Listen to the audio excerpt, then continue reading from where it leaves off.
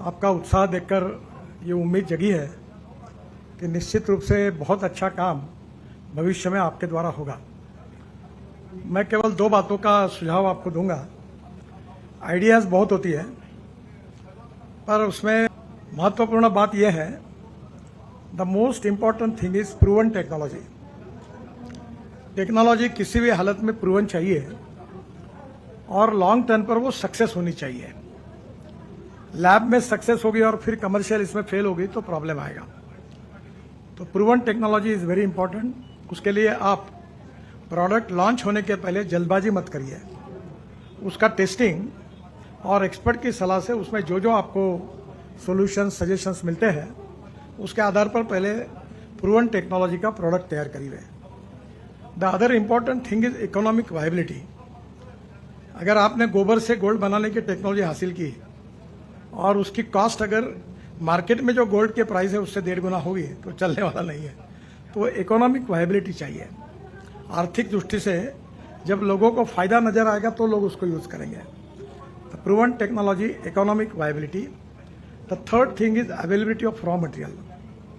और जो raw material है वही नहीं मिलेगा तो गड़बड़ होगी। और चौथी बात है marketability of the finish product. उसकी संभावना का भी आपको अध्ययन करना पड़ेगा। द अदर इम्पोर्टेंट थिंग जो है वो जो आप नया सोच रहे हो वो चांद में क्या करना है ये मत सोचो। मैं जो किसान हूँ समझो, मेरे यहाँ संतरा तोड़ना है तो प्रैक्टिकल लेवल में मेरी प्रॉब्लम क्या है और आपकी टेक्नोलॉजी से वो कैसे इंप्रूव हो सकती है, how it is going to save my money and giving more results, that is very important. तो पहली बात तो यह है कि need based research, region based research, product based research ये करोगे तो फायदा होगा।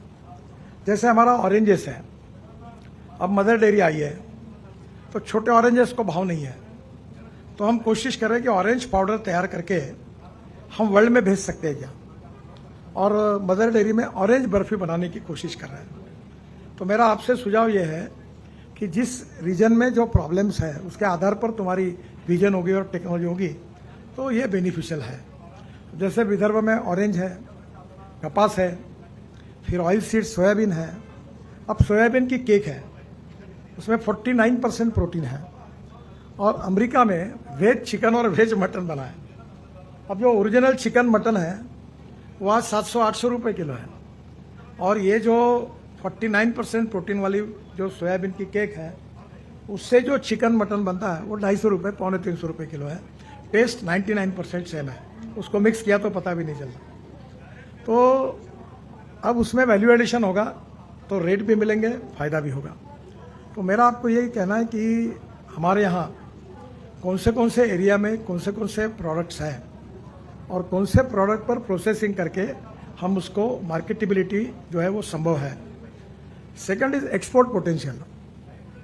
अभी जैसे मैंने कहा कि हमारे विदर्भ में, पूर्व विदर्भ में 6,500 मालगुजारी तालाब है, और अगर आपने टेक्नोलॉजी लाकर अगर इसमें वैल्यू एडिशन वाले फिश तैयार किए, प्रॉन्स तैयार किए, तो उसको यहाँ 800 रुपये किलो का रेट है और दुबई में 7,000 है और सिंगापुर में 8,000 रुपये है। तो जैसे सी फूड एक्सपोर्ट होता है वैसे इसका फायदा होगा। अभी अकोला के पास जो मूर्तिजापुर दरियापुर के बीच में आकोट जो क्षेत्र है उसका पानी खारा है, तो खारे पानी के कारण उनको समस्या है।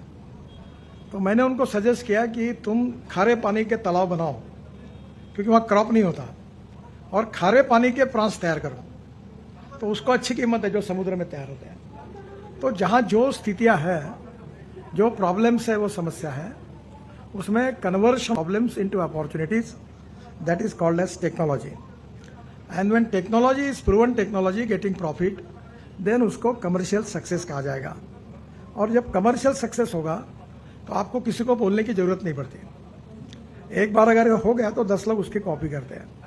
तो ये कहीं ना कहीं फोकस करते समय ये 2-3 बातों का आप ध्यान रखेंगे तो फायदा होगा। जैसा भी इन्होंने बताया कि इन्होंने इलेक्ट्रॉनिक बुल बनाया, अब मेरे यहाँ मैंने उसको यूज़ किया तो कुछ प्रॉब्लम मेरे सॉल्व हो गया। आजकल लेबर नहीं मिलते, तो मैं 4 लोगों को कहूँगा कि ये लो करके।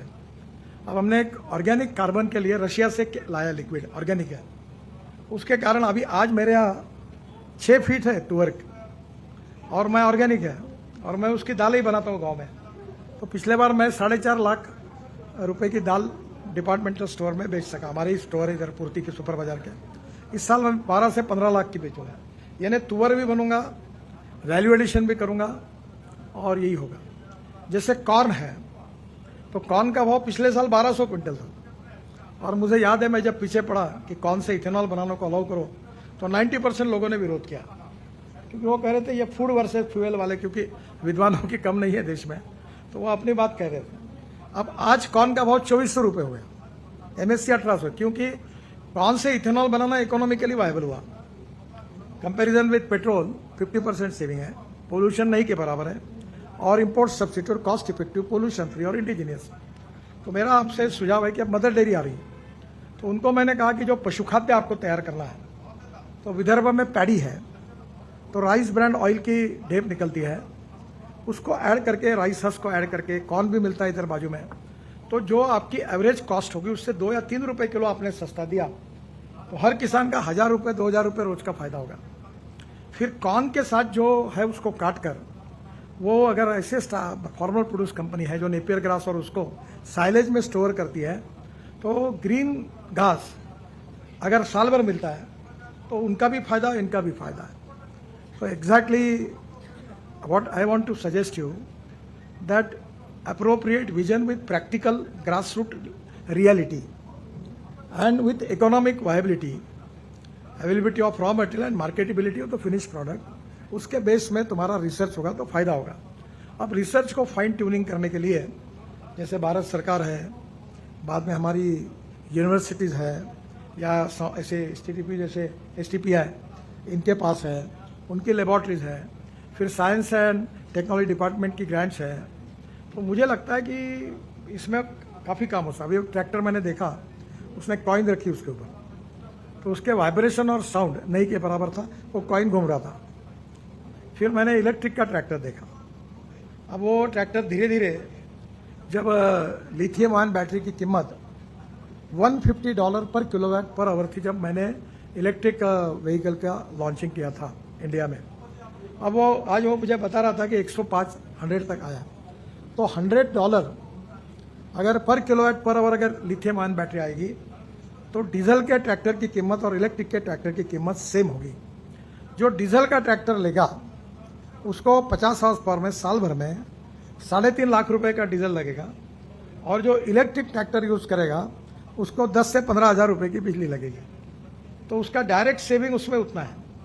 अभी नैनो यूरिया और मिश्र खत में जब हम उसको यूज़ कर रहे थे तो हम एक गन्ने में 4 बोरे यूरिया और 4 बोरे मिश्र खत अगर यूज़ करते हैं तो हमारी कॉस्ट आप पर बैग समझ लीजिए कितनी होगी, कम से कम 10-12 हज़ार रुपये के ही गए नहीं। अब कल उन्होंने मुझे बताया कि जो नैनो यूरिया था वो जो 4% का था वो 20% का हुआ और कॉस्ट वही है। तो 2 बॉटल यूरिया और 2 बॉटल मिश्र खत में काम होता है। और जब फेंकते हैं फर्टिलाइज़र तो 75% वेस्ट है और 25% प्लांट को जाता है, और जब ड्रोन से स्प्रेइंग करते हैं तो 75% प्लांट को जाता है और 25% वेस्ट होता है। तो मेरा पर एकड़ फर्टिलाइजर पर सेविंग 6,000 रुपये हो गया। फिर ट्रैक्टर पे करूंगा तो वो 2-3 हज़ार रुपये हो जाएगा। To save money store money we need to reduce the expenditure cost and by making processing we have to make value addition by which we can increase the profit. तो बिटवीन द लाइन ये जब तक आप लोग आपके research के साथ नहीं समझोगे तो फिर वो कोलैप्स हो जाएगा। तो मेरा आपसे यही सुझाव है कि हर चीज़ में सस्ती मिलनी चाहिए, बाद में फिनिश प्रोडक्ट को मार्केट मिलना चाहिए जिसमें quality is very important. 101% good quality, good packaging, good marketing, ये बहुत इंपॉर्टेंट है। ये बहुत से अच्छे स्टार्टअप यहाँ आए हैं और उन्होंने बहुत अच्छी अच्छी चीज़ें बनाई है। खड़गपुर IIT के लड़कों ने इलेक्ट्रिक ट्रैक्टर लाया, फिर दिल्ली में एक मेरठ में एक ने डाला, दिल्ली मिला था वो भी आया, उसका इलेक्ट्रिक ट्रैक्टर आज मैंने पूछा उसने अभी तक 40 बेचे हैं। अब धीरे धीरे हम उसके स्पेयर्स को सस्ते में मिलाएं और कॉस्ट को कम करें। तो मुझे लगता है कि ये बेसिकली इम्पॉर्टेंट है। Otherwise there is a difference between knowledge and commercial success, and technology and knowledge with professional efficiency and appropriate vision, then it is commercial success. और आप जो कर रहे हैं वो मैं अक्सर ये कहता हूँ कि innovation, entrepreneurship, science, technology, research, skill, and successful practices, we name it as knowledge, and it is conversion of knowledge into wealth is the future. So in agriculture आप ये कैसे कर सकते हैं, ये इम्पोर्टेंट है, और इसमें अलग अलग प्रकार की सोच, अलग अलग प्रकार के प्रयोग जो होंगे, जो मार्केट में सक्सेसफुल होंगे, उसका बहुत अच्छा रिस्पांस मिलेगा। मैं इस बार पहली बार ये हुआ है, और हमारी sugar cane, cotton, soybean, paddy, चना, बाद में सोयाबीन के साथ उसके बाय प्रोडक्ट, वेस्ट प्रोडक्ट, इन सब को सोचकर अगर आप उसके अप्रोप्रिएट सॉल्यूशन देंगे तो फ़ायदा होगा। मैं भी बहुत से प्रयोग करता हूँ। Now we have a project, we are making crude petrol from plastic. अब आइडिया ये है कि जो क्रूड पेट्रोल है वो 50% डीजल में डाल के अगर हार्वेस्टर में यूज़ किया जाए तो ट्रैक्टर और हार्वेस्टर में डीजल की कॉस्ट एकदम बच जाएगी। मैंने एक मशीन लाया है रशिया से। वो मशीन ऐसा है कि 20% पानी डाल दो डीजल में और मशीन ऑयल में, और टेक्नोलॉजी ऐसी है कि वो बाद में वैसे के वैसे ऑयल यूज़ कर सकते हैं। फिर एक आया है कि जो इथेनॉल है उसकी कैलोरिक वैल्यू कम है, तो उन्होंने मशीन तैयार किया, अभी इंडियन ऑयल को दिया है एक्सपेरिमेंट के लिए, और वो उसको इस प्रकार से घुमाते हैं कि वो पेट्रोल की और उसकी कैलोरिक वैल्यू सेम हो जाती है, तो एवरेज कम नहीं होगा। तो माय सजेशन इज, आप जो नीड बेस्ड रिसर्च है, जिसकी ज़रूरत है, जिसमें कॉस्ट सेविंग है, जिसमें मार्केट अवेलेबिलिटी है, उसको आप आपकी कल्पना शक्ति और नॉलेज के आधार पर ये प्रयोग करिए। और जैसे अपने STPTI जैसे ये संस्था है, इनके साथ फाइनिंग ट्यूनिंग करिए, और इसका प्रेजेंटेशन एग्रोविजन में बहुत किसान आते हैं। सबसे और एक बात मेरे मन में थी, वो एग्रीकल्चर इक्विपमेंट की है। ये बहुत इंपॉर्टेंट है कि वर्ल्ड में आजकल यूट्यूब पे वो आते हैं, पर आप अगर पूरे वर्ल्ड में कितने प्रकार के एग्रीकल्चर इक्विपमेंट है, छोटे छोटे हैं, गड्ढा करने का एक छोटा सा है, उसकी एक बैंक यूनिवर्सिटी ने बनाई, और उसके आधार पर आपने इंडिया में उसके प्रोडक्ट डिज़ाइन किए, तो ये एग्रीकल्चर इक्विपमेंट जिससे एग्रीकल्चर मैकेनाइज होगा, बहुत बड़ा मार्केट मिल सकता है। और जितने प्रमाण में बाहर के देशों में ये हुआ है उतना अपने यहाँ नहीं हुआ है। आम तोड़ने के लिए भी आज हमारे यहाँ तोड़ना बड़ा मुश्किल होता है, मजदूरी ज़्यादा लगती है। तो मुझे लगता है कि निश्चित रूप से एक विजन आपको मिले और आप लोग काम कर रहे हैं, और धीरे धीरे आपकी कोई एसोसिएशन आप बनाकर जो प्रोफेशनल इंस्टीट्यूट है उनके साथ जॉइंट होकर आप काम करिए। एग्रोविजन भी आपके इस काम में आपको ज़रूर फैसिलिटेट करने के लिए मदद करेगा। मैं आप सबको बहुत बहुत शुभकामनाएं देता हूं। Thank you very much. नमस्कार।